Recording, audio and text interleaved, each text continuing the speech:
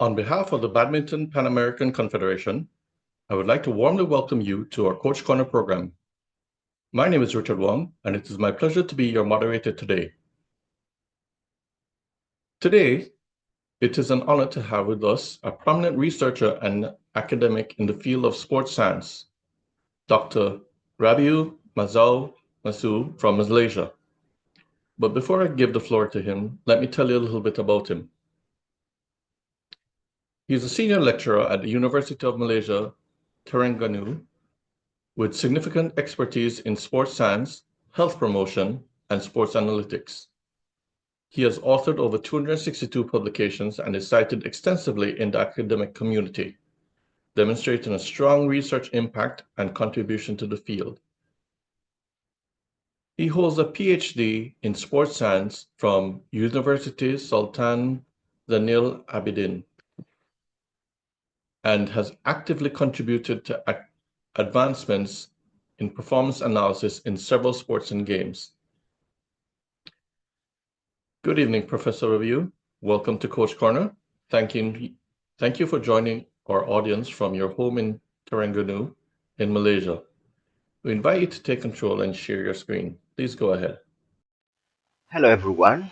Good morning, good afternoon, good evening from wherever you are joining us.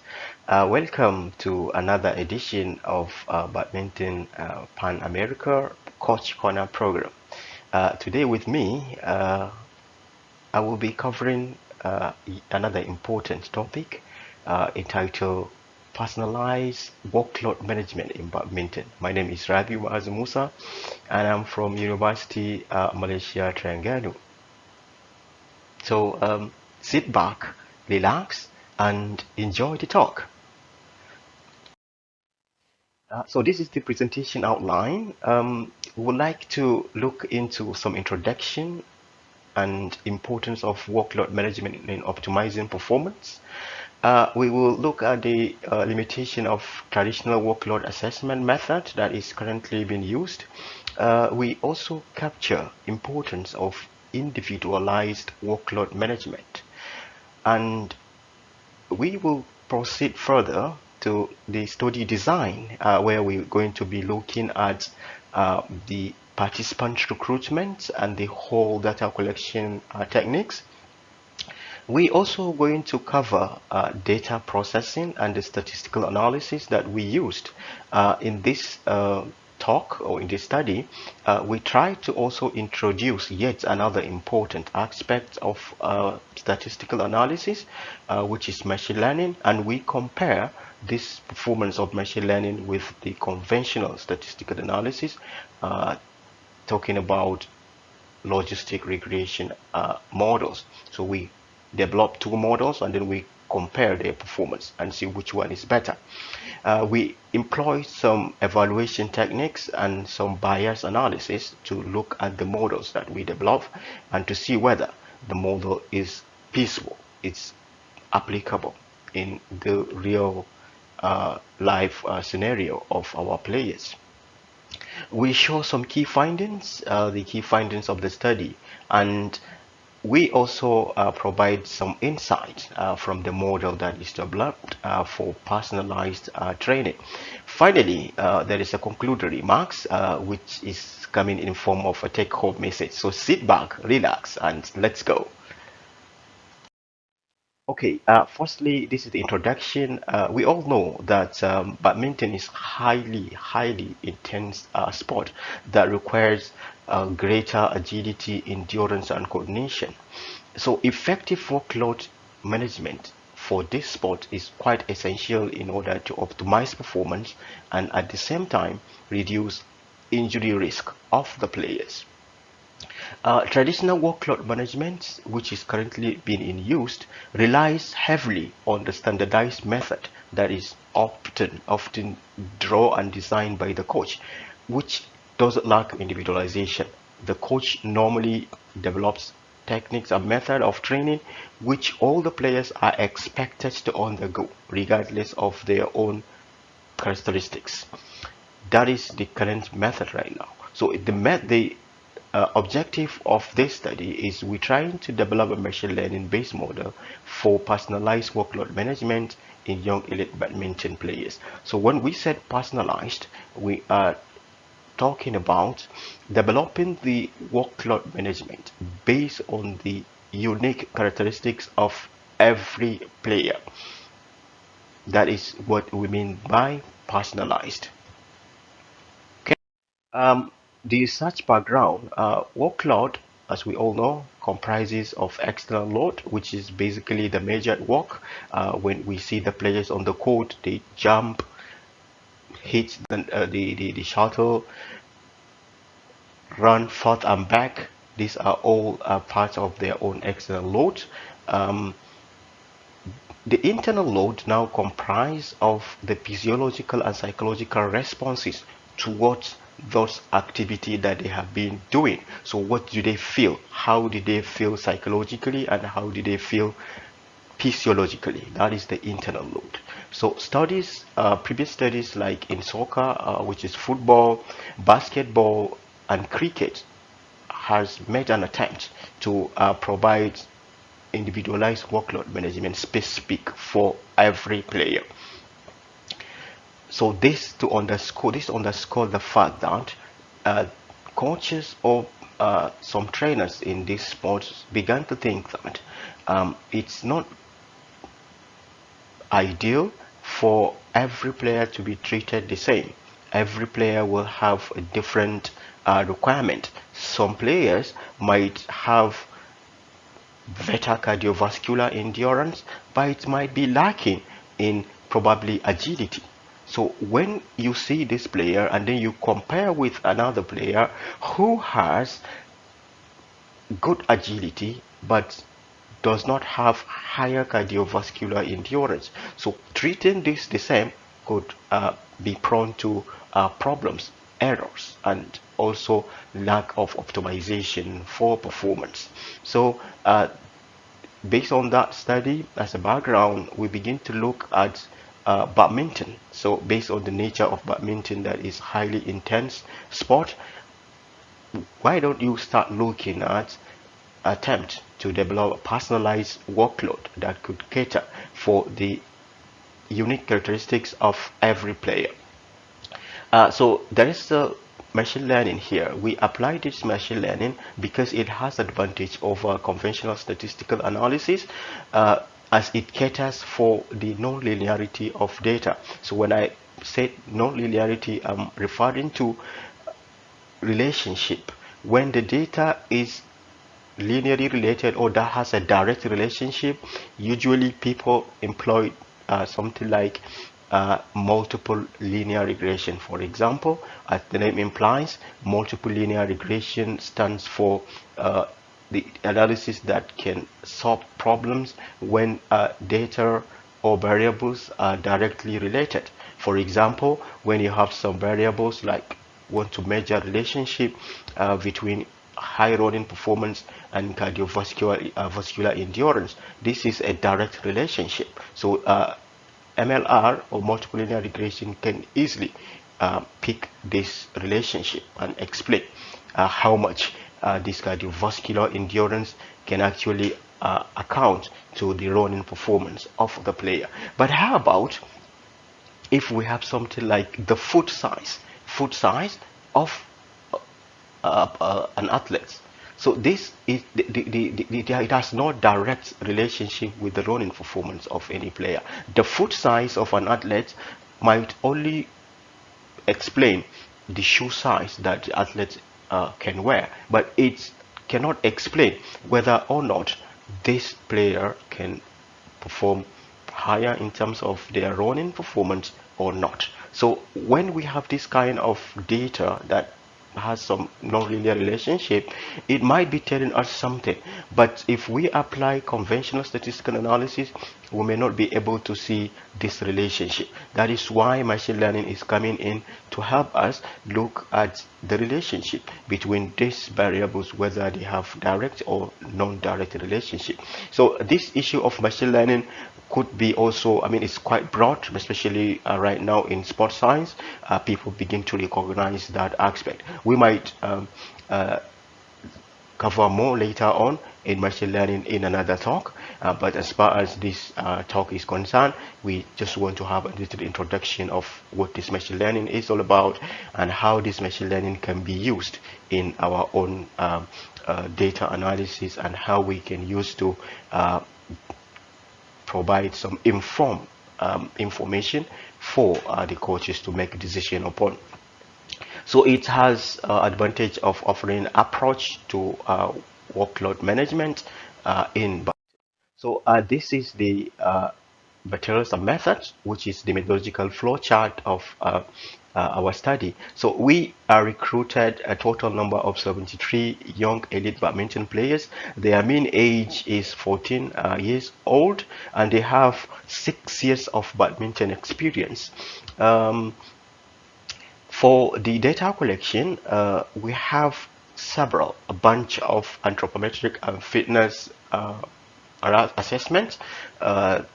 Example, the normal anthropometric of the players, age, height, weight, and then we also have their fitness, cardiovascular endurance, and we also have their agility, we have their upper and lower muscle strength. We all consider that. For the external load, we attach the accelerometer to their lumbar region to quantify their external load. This is collected during their own competition. So the players were undergoing a competition, and we attach this accelerometer so that we can actually quantify the actual workload of the players during a competition.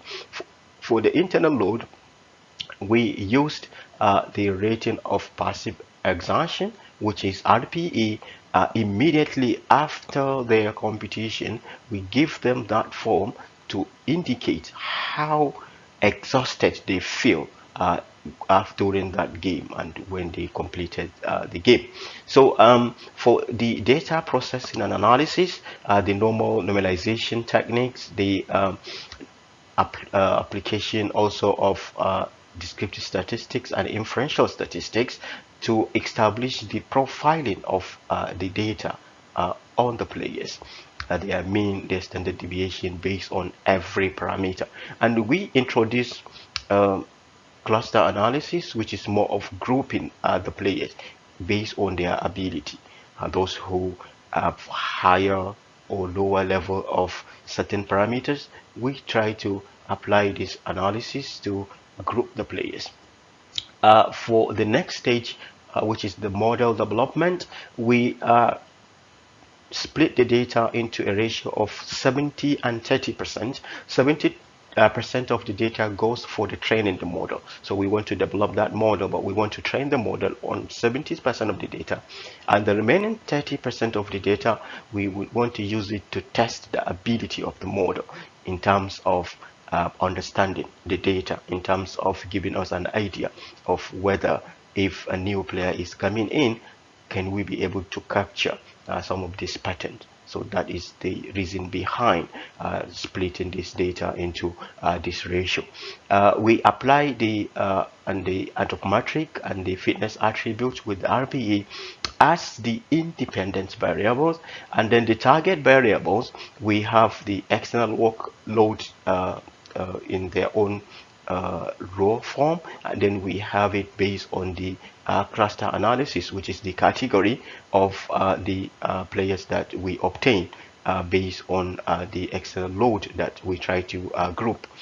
For the model of evaluation, we apply statistical methods of obtaining the accuracy, and the area under the curve, which stands as AUC. We have the precision, how precise the model is. We have recall, and then we have MCC, which is the Matthew correlation coefficient, and we have introduced blend and Altman analysis. This is basically to look at the bias of the model. So how much bias of the model can be explained when we want to make informed decision, when we want to interpret the model. Okay, so this is further analysis on the data collection. This is the inertial measurement unit, which is the accelerometer. We attach to the lumbar region of the players, like I mentioned, while they're doing the competition.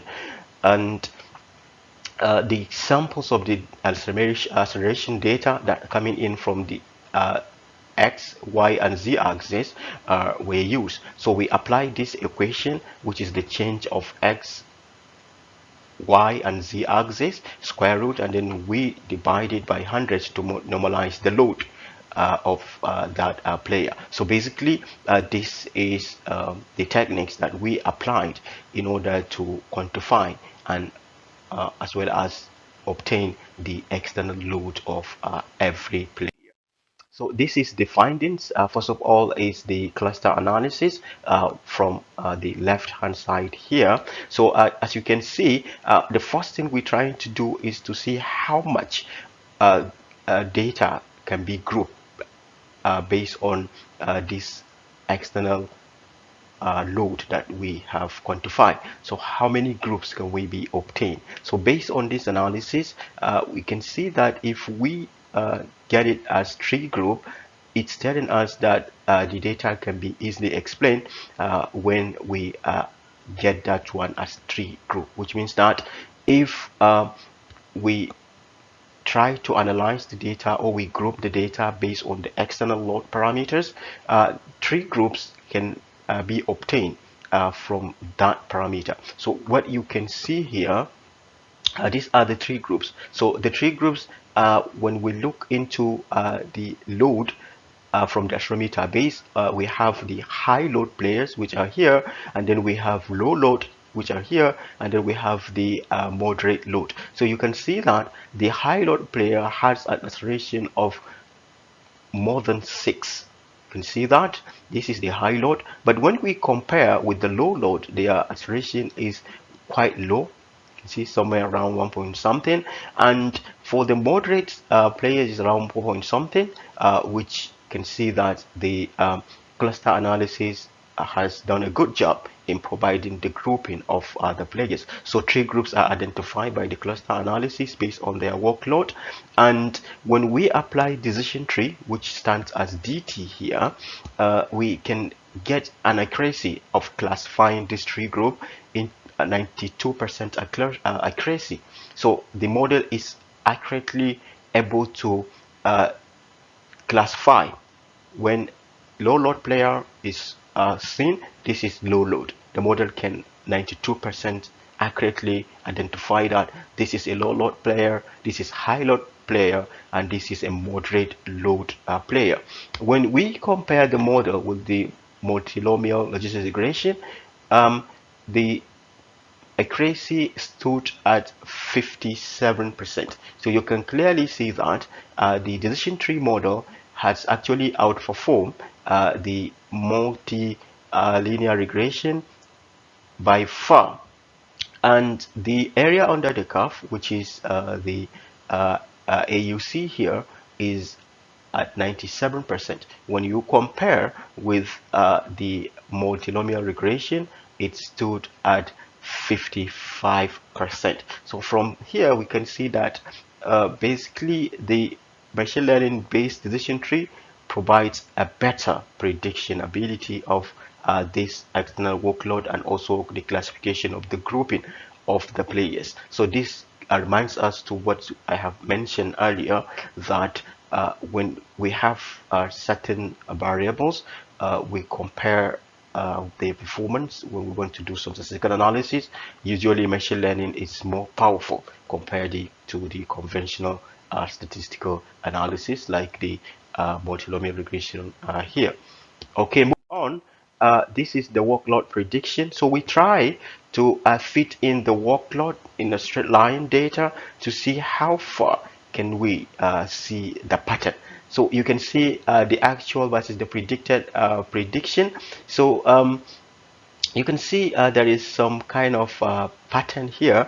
The test data is closely aligned with the actual data, which kind of gives us some kind of idea that, oh, we're doing a good job here, because the workload can easily be actually identified from here based on the prediction, because it's not far away from the line. So we also go in to look at the bias. How much bias can this analysis be explained? So when you look at the blend and ultimate analysis, we have negative 0.185 to positive 0.185. So this is the shaded area that try to explain the bias here. So this is the positive. It stood at positive 185, and this is the negative 185. So this is saying, it gives us an idea that, look, guys, the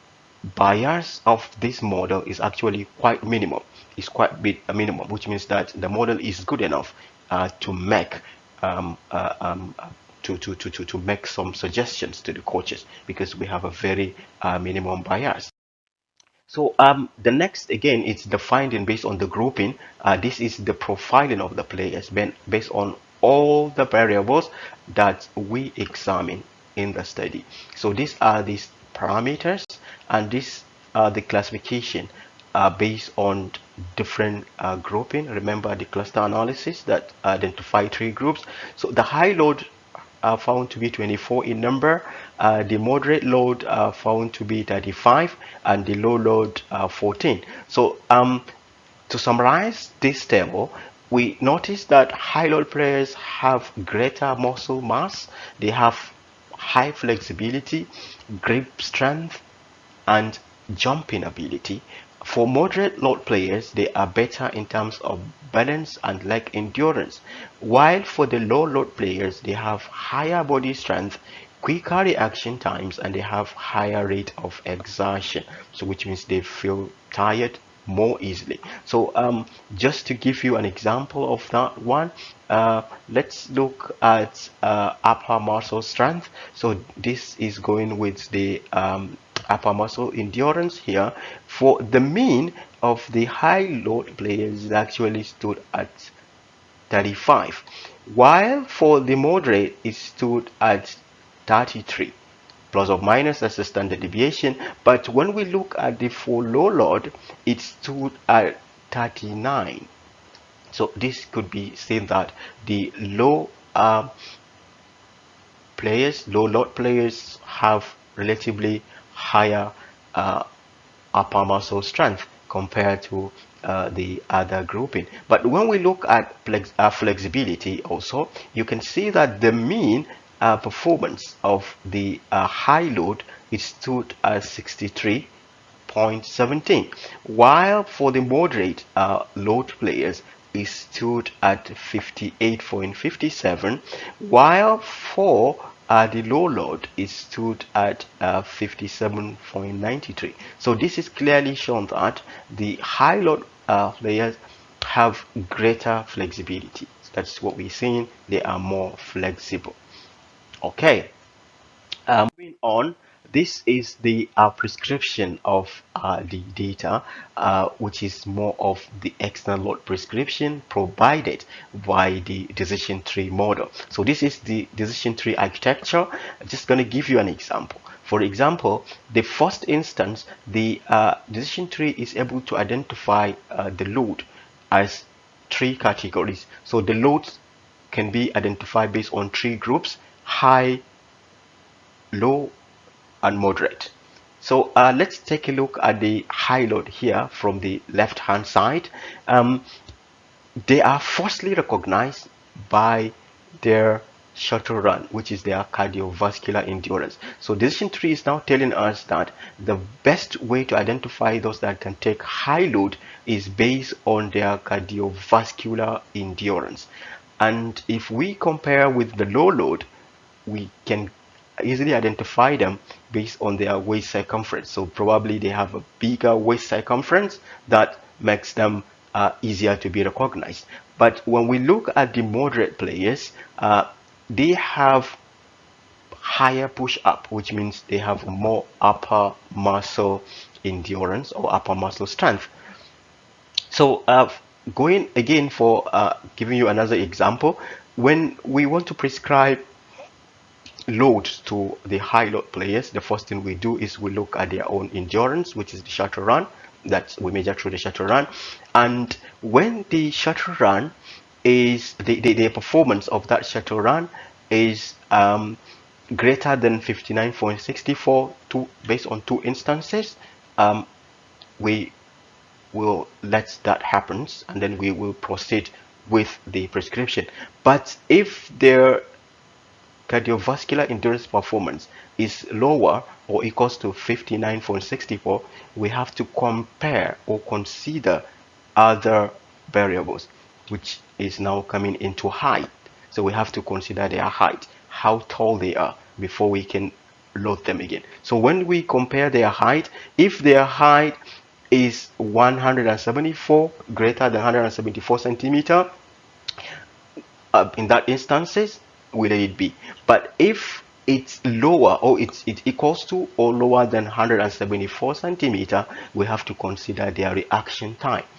So if their reaction time is greater than 5, so we basically have to look at their rating of passive exertion, which means they have to look at their own how they basically uh, feel. So before we can overload them, if it is lower than or equals to 5, that's it, we let it be. But if it is greater than that, we have to look at their own RPE, which means that how did they feel based on that load. So it's like giving us an idea of, look, we have to be cautious of when we want to prescribe. Before you will load them too much, we need to consider how did they feel this exertion, how did they feel. So this is the same pattern goes to all the other players. It's just more like an example that I've given how the decision tree is able to provide step-by-step prescription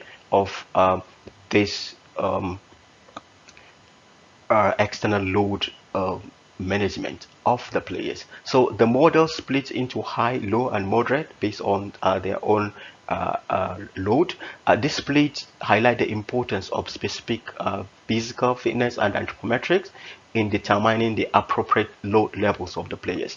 It offers insight into how these factors correlate with a prescribed external load. So that is what we are talking about, that before we prescribe load to the players, it's important that we look at their own unique characteristics, unique physical, physiological, anthropometric characteristics.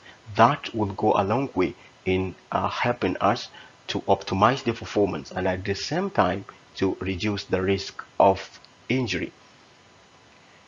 Okay, moving on to the concluding remark. So this is where we come to the end of the talk. But before we go, we would have to send some message, take home message. So the first thing is machine learning analysis can actually enhance workload management in badminton through the data analysis and interpretation. And the decision tree model, as we can see, achieve high accuracy, which is making it very suitable for practical applicability. Personalized load management strategy improve performance and also can reduce injury risk. So in the future, we think of actually the application of this artificial intelligence for analytics in sports science. It has kind of potential. It's giving us an idea that we could continue to leverage the advantage of this AI for analysis and interpretation of our data. So this is the practical implication. We're going to talk directly to the coaches and trainers right now. So the coaches and trainers can utilize this model for individualized training prescriptions. So before we want to prescribe any training, any load, it's important that we look at the characteristics of the people, as the players that we have, and also for player development, for optimizing training, and also for physiological attribute.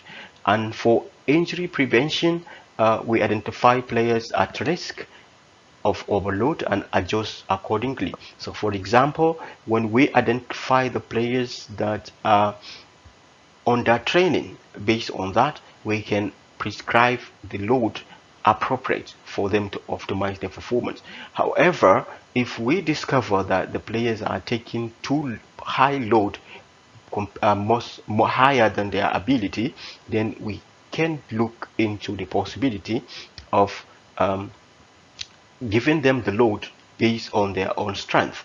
Like I previously highlighted, if the player is better in cardiovascular endurance, then it's better to look at other also variables that the player is lacking so that we can come up with a holistic approach of prescription of this load to one, optimize the performance of the player, and two, to reduce the risk of injury. Okay, so there's some future directions and limitation. We have not integrated some psychological and nutritional factors into this study. We hope that for the future study, we would want to include some psychological and nutritional factors to look at that. And we also combine the gender, both male and female. In the future study, we would want to develop the model separately for males and for females. The finding could not be generalized to other levels of expertise. Remember, these are young elite with plus or minus 6 years of badminton experience. So it's not going to be appropriate, it's not ideal to prescribe this or to use this finding to generalize to the other levels of expertise. For example, elite players with 10 or more years of experience, or the amateur players with probably 3 years or lower of badminton experience. So we have to stay within the limit of the participant. We would hope to expand the data for proper validation in the future, and we would want to investigate the long-term adaptation to personalized workload strategy. So here I'm going to challenge the coaches. If you begin to think about developing this workload management for your players, I would want you to develop this strategy based on individual characterization. Like I mentioned, look at the uh, peculiarity of your player, what the player needs, and prescribe your load according to what that player needs, and monitor the player for long term and then observe the adaptation. That is what I would want the coaches and the trainers to do. If you have not started thinking about developing this workload before now, personalized, so when you now think about this after listening to these ideas that we are saying, look at your own players, carry out the test, all the fitness tests, the anthropometric test, carry them out, implement the test, and from there, do take a look at their strength and also their weakness. So based on that, map your own workload strategy for every player and try to observe how the player adapt over this long-term workload plan that you're going to do that. That's going to be a challenge for you as a coach. I would want to hear from you after you do that. Why I'm going to give my email and contact address. So after that, I would want to hear from you. How far has it been going? Or do you think that there are other things that you would want to integrate? I would love to see that. So I have summarized more things here due to the time constraint, but you can look into our paper, which is recently published, to get more explanation on some of these things that have not been explained in detail. And I would like to thank, finally, want to send some acknowledgements to Badminton World Federation, the BWF, for providing the financial support to carry out this project. And I would also like to thank to send my special thanks to Badminton Pan American Confederation for organizing this talk. I'm really thanking them for giving the opportunity to talk to you guys today. And uh, finally, you can jot down your questions, concerns, everything, comments. Welcome. Get them all coming in. Okay, I have some interesting questions coming in right now. One of the questions saying, what are the main limitations of traditional method for assessing workload in badminton, and how can Okay, thank you very much, Professor Rabiu. We now move on to our question and answer section. We have a few pre-recorded questions which Professor Rabiu has answered. If you have any questions or comments you would like to share, please write them in the chat box. Answers will be sent to you by email. So the first question we asked Professor Rabiu was, what are the main limitations to traditional methods of assessing workload in badminton, and how can machine learning techniques overcome them?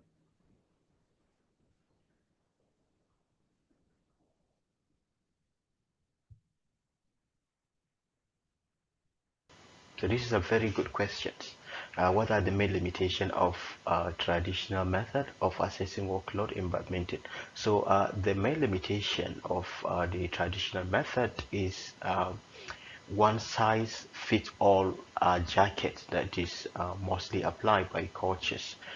For example, the coaches have their own routine calendar for every player to follow.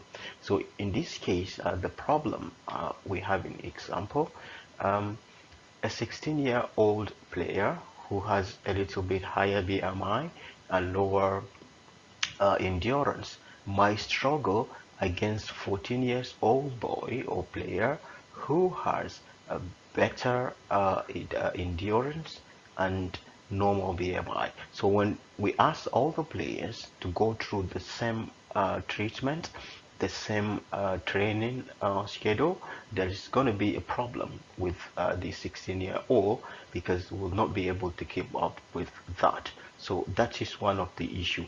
Another problem of the traditional method of the training management and workload is basically over reliance on RPE, the rating of passive exertion. So most coaches actually rely on the report of the player on how the player feels. So this at a certain stage it has a problem. For example, two players might complete the same workload training, but one player might report, for example, 9 over 10 of RPE. Another player will report 6 over 10 of the RPE, and they completed the same thing. So this could be, for example, pressure, training pressure from the other player might feel, okay, let me just suppress it. Or motivation level of the players is different, and also the tolerance level. One player might tolerate pain more than the other player. So this is more subjective by simply relying on the RPE of the players, which is quite subjective. That is what we are trying to run away from, subjective measures. And another example I could give is also when it comes to the issue of external load. So when it comes to the issue of external load, the traditional techniques of the management, some incorporate heart rate, the oxygen consumption, and also the RPE as measures of the internal load, what the player feels. And based on that basis, the training techniques are now being allocated to the players based on their responses, which is quite good. It's okay, good, because it considers the heart rate, it considers their own responses to the physiological stuff, but it fails to capture the actual external load of the player. For example, let's consider two players, player A and player B. So player A, during the competition, is faced with steady, longer duration of match play, steady, longer duration. So this player will basically report higher RPE. It might feel quite exhausted because of the match play. It's longer, steady. And player B is now faced with lower duration but shorter rallies which necessitate the player to perform high acceleration, high deceleration, higher jumping of within the court. So this player, although covers the match play doesn't last longer, but this player might actually report lower RPE because it doesn't really take longer. The distance covered are not that much, but due to these actions that the player performs.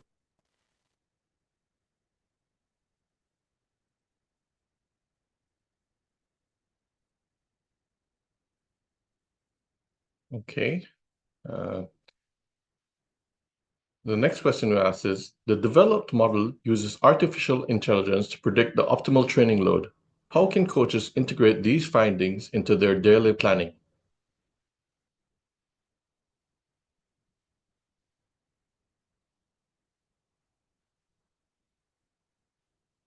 This is another amazing question. Um, the first thing to do here is to create a profile for every player.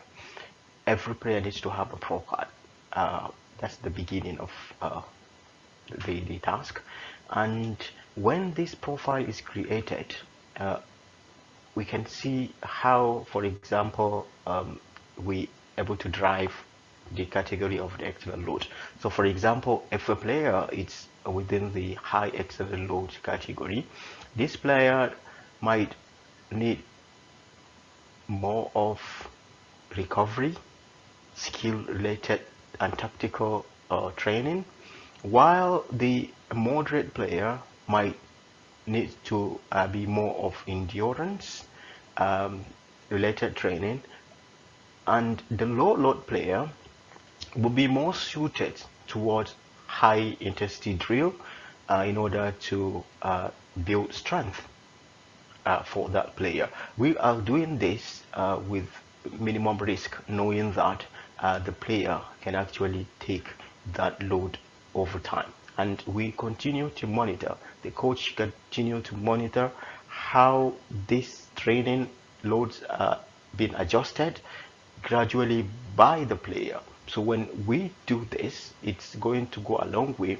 in terms of helping to reduce the risk of getting our players injured, and at the same time trying to optimize performance and improve the player holistically.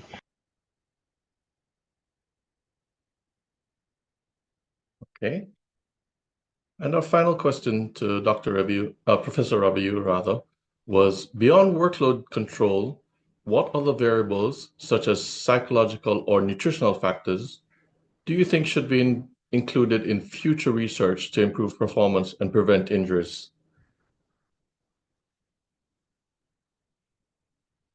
This is another good question. So basically, there are other factors, like I mentioned in the limitation, that could be integrated in the future research. For example, if in the psychological aspect, we will need to look into the motivation, the readiness of the players. And we also need to look at recovery, the sleep pattern. So it's important that the players are being tracked using any of these sleeping device tracker to make sure that the players are actually having a good sleep. And it's also important to integrate this what did they eat before and after the competition. That is also very important on the nutritional aspect of it. And another important aspect to look into is the biomechanics. We could integrate this machine learning in order to study the biomechanical aspects of the players. For example, the footwork analysis, the jumping analysis. So we would be able to see if actually the player is putting in the right techniques in jumping, in their footwork. So this the stage where we need to make sure that they are actually doing the right thing which would go a long way in reducing the injury risk. So we can observe by looking at the biomechanical aspect of what the player does in the court, and then we try to see whether the techniques is appropriate or there is something wrong with that technique. So when we do study that, we could integrate that into their own training schedule to make sure that they are actually applying the right techniques into the game. So we can catch them young and we develop them young with the right technique and the right training management. So that is what we could see as part of the advantage of this. So thank you so much for that. I think that is all the questions for now. If you have any other questions, any engagements, any comments, collaboration, feel free to reach out. I will be more than happy to entertain. So these are my emails on the screen. You can always reach out. Thank you so much and see you next time. Bye. We thank Professor Muazu for sharing with us such an interesting presentation. It has been a privilege to have him on the program and to delve into the importance of technology in high-performance training. Without a doubt, his knowledge brings great value to the community of coaches and athletes. We hope to have him here again in the future. Before closing today's webinar, we'd like to greet all our audience today. First of those who sent us their photographs, and we have Gelsey Rojas from Costa Rica,